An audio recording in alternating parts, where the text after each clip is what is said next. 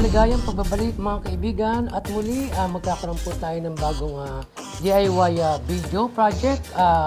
Update pa rin ito sa ating rooftop makeover. So for today's video, gagawa po tayo ng bar counter / buffet counter / storage.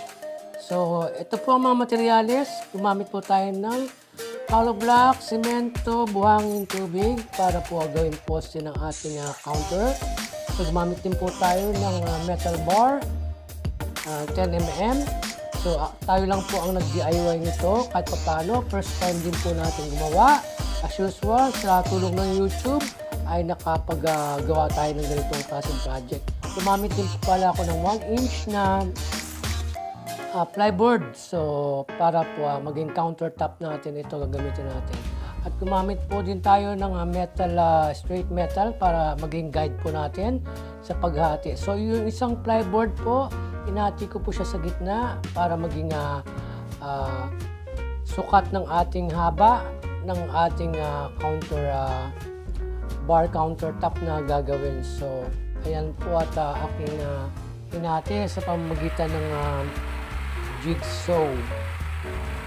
Muli po, disclaimer lang po, tayo po hindi professional, DIYers. First time lang po natin gagawin ito. So, ginawa po natin ang ganitong project para makatipid po tayo. So, ayan po, storage po. So, makikita niyo po sa ilalim po nitong ginagawa nating bar counter, ay doon ko po nilagay lahat ng mga gamit na hindi na nagagamit. So, yung parang storage po siya. So, para hindi po siya masakit sa mata. So, ginawan po natin ang paraan na magkaroon ng storage para sa mga gamit na hindi na masyadong nagagamit. At ito po, order din nga po pala ako sa Shopee ng curtain. 10 yards na curtain. So, ang printed po niya ay different kind of tropical leaves. So, 38 pesos po per yards plus shipping fee. Mula po sa Shopee ito. Hindi po ito sponsor, no? So, yan po ang kinuha natin design para naman po sakto sa ating team ng ating makeover sa ating rooftop. So, ayan po at kinakabit na po natin. Floor length po ang haba ng ating pagkabit sa kortina. So, kinabit ko lamang po ito sa pamamagitan ng thumbtacks.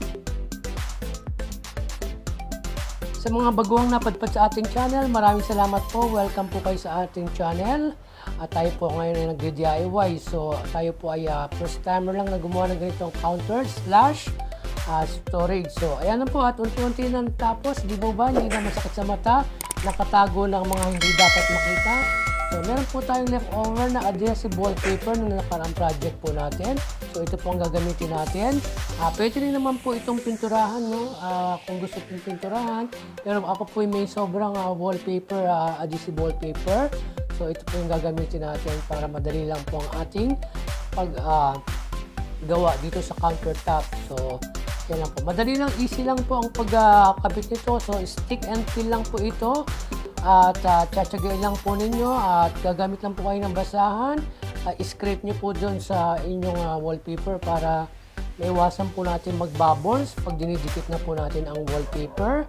So, ayan. Samahan lang po natin ang hagod ng basahan para ma-flat po ang ating adhesive wallpaper para po na magandang tignan siya. Wala siyang bubbles katulad ng inyong nakikita. So muli, sana po ay nakakuha kayo ng ideas, inspiration, makakatipid, makakamura kung kayo lang ang gagawa ng project nito. So magkakaroon na kayo ng patungan, storage, countertop.